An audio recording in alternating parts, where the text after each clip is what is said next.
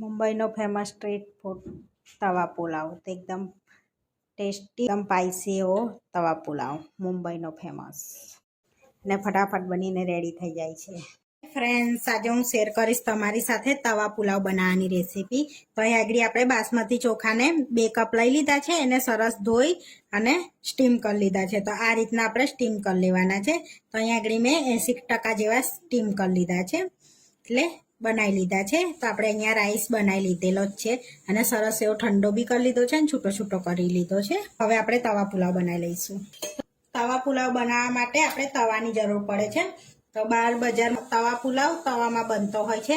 તો ઘરમાં તો મોટો તવો ના મળે એટલે આપણે કઢાઈમાં પણ બનાવી શકીએ છીએ તવા પુલાવ. તો અહીંયા આગળ કઢાઈ લઈ લીધી છે. એની અંદર આપણે 2 ટેબલ સ્પૂન જેટલું તેલ એડ કરીશું અને આપણે બટર પણ એડ કરવાનું છે અંદર. તો અહીંયા 1 ટેબલ સ્પૂન આપણે બટર એડ કરી દઈશું. હવે આપણું બટર બી મેલ્ટ થઈ ગયું છે તો થોડુંક જીરું એડ કરીશું. આપણે થોડીક હિંગ એડ કરી દઈશું.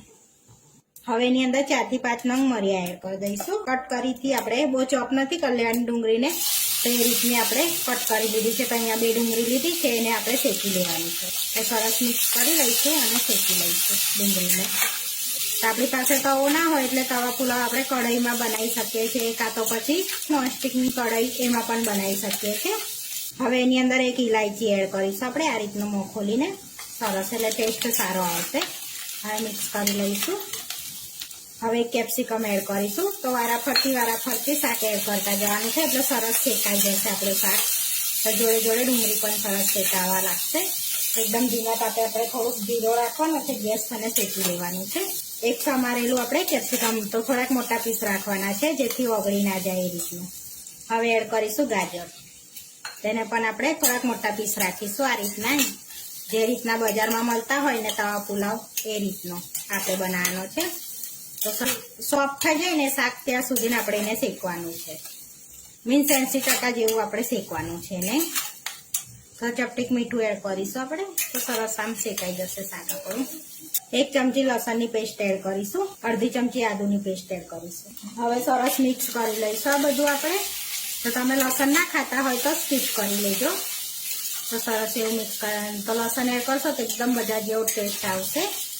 સરસ આપણું બધું વેજીટેબલ સરસ સોફ્ટ થઈ ગયું છે. તો હવે એની અંદર આપણે બોઇલ વટાણા એડ કરીશું. તો અહીંયા મારી પાસે તાજા હતા એટલે મેં બોઇલ કરીને એડ કરી દીધા છે અંદર. હવે એને પણ થોડી વાર આપણે સાંતળી લઈશું 1 થી 2 મિનિટ સુધી, કારણ કે બોઇલ છે ને એટલા માટે. તો આપણું બધું શાક સરસ સતળાઈ ગયું છે. તો હવે આપણે એની અંદર મસાલા કરીશું. તો ચપટી હળદર એડ કરીશું. 1 ટેબલ સ્પૂન ધાણા જીરું પાવડર એડ કરીશું આપણે. 1 ટેબલ સ્પૂન ગરમ મસાલો એડ કરીશું.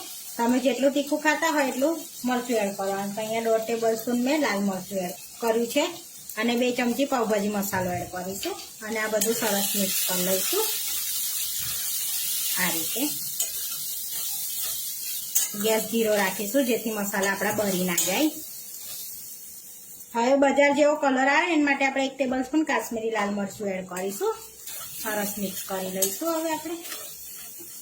હવે 2 ચમચી શેઝવાન ચટણી એડ કરીશું અને 1 ટામેટું આ રીતનું કટ કરેલું એડ કરી દઈશું જેથી આપણા ટામેટા ઓગળી ના જાય ને, એટલે થોડાક આપણે ઉપર રાખીશું, એટલે ઉપરથી એડ કર્યા છે.